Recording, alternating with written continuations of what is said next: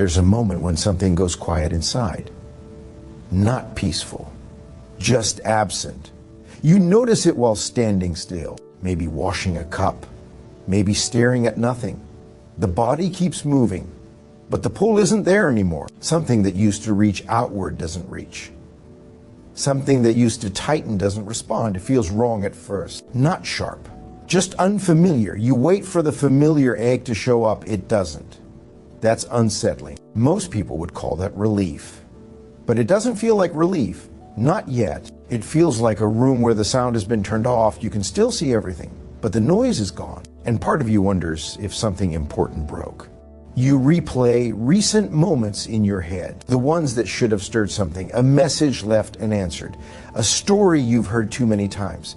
Nothing rises. That absence lingers longer than expected, long enough to make you uncomfortable. You ask yourself what changed. You don't find an answer. That's where it starts to feel strange. Because you didn't decide anything. You didn't make a promise to stop caring. There was no dramatic line crossed. It just didn't show up. That's not the part most people notice.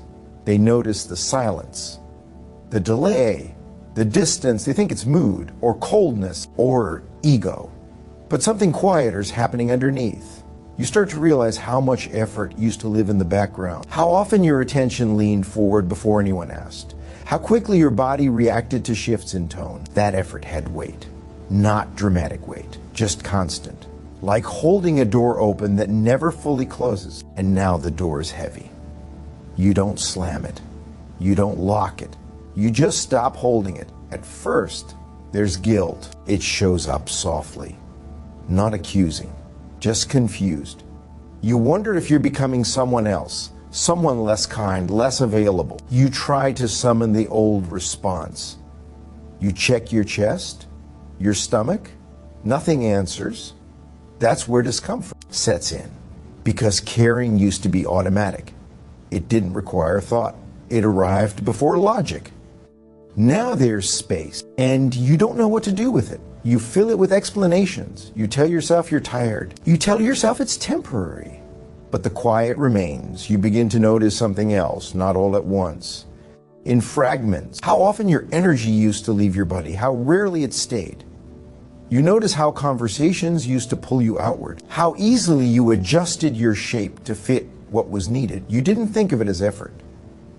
It felt like breathing. Now, breathing feels deeper, slower.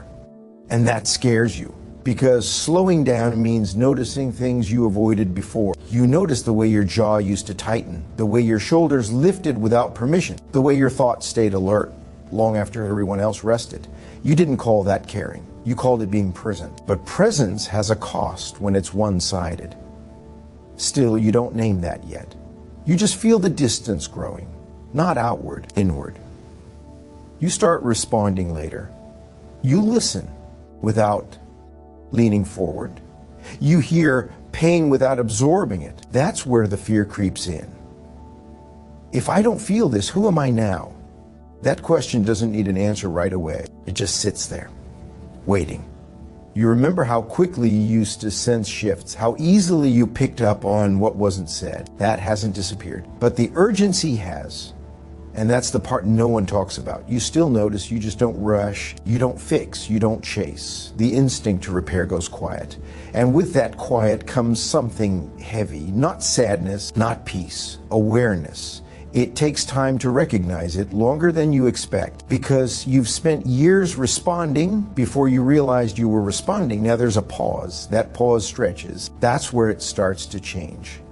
You begin to see patterns you couldn't see while you were inside them. How often caring meant disappearing. How often understanding meant swallowing. You didn't think of it as losing yourself. You thought of it as love. That's not a mistake. It's just incomplete. But you're not ready to say that yet. You sit with the quiet longer. You let the unease stay. People might comment on your distance. They might say you seem different. You nod. You don't argue, because explaining would require energy you no longer offer freely. That's another shift. You notice how much of your life was lived on explanation, on smoothing edges, on making sure no one felt unseen. Now you see how rarely someone asked if you were tired. That realization lands slowly. It doesn't hurt all at once, it settles. This is where the meaning starts to surface. Not as a thought, as a sensation. You didn't stop caring because you became cold. You stopped because something inside reached its limit. Not a loud limit, a quiet one. A line you crossed without ceremony. Your system learned something it couldn't unlearn. That constant attunement wasn't neutral, it was survival shaped into habit. You didn't care because you were endlessly full. You cared because staying alert once kept you safe. That's the realization. It doesn't arrive as blame, it arrives as clarity. Your nervous system was doing its job for a long time, but it never learned when to rest. So when the caring stops, it's not cruelty, it's fatigue resolving itself. That changes the way the quiet feels. It's still uncomfortable, but it makes sense now. You begin to understand why forcing yourself back feels wrong. Why pretending drains you faster than before. Your body isn't resisting connection. It's resisting collapse. That awareness doesn't fix anything. It just reframes the silence. You realize you're not empty. You're conserving. That's subtle and important. Because from the outside, it looks like withdrawal. From the inside, it feels like containment. You hold yourself where you once held others. That shift is tender, awkward. You don't know how long it will last. You don't need to know. The urge to explain fades further. You start choosing where your attention goes. Not carefully, just honestly. Some connections feel heavier than before. Some feel lighter. You don't judge that, you just notice. The caring that remains feels different. It doesn't rush. It doesn't grip. It doesn't come from fear of absence. It arrives when there's room. That's quieter than the old version. Less visible, but more real. You don't announce it. You don't defend it. You let it exist without justification. Near the end of the shift, something settles. Not closure, not peace. Recognition. You were never meant to carry everything you sensed. You were meant to notice and then choose. Stopping didn't make you less human. It made you more selective with your humanity.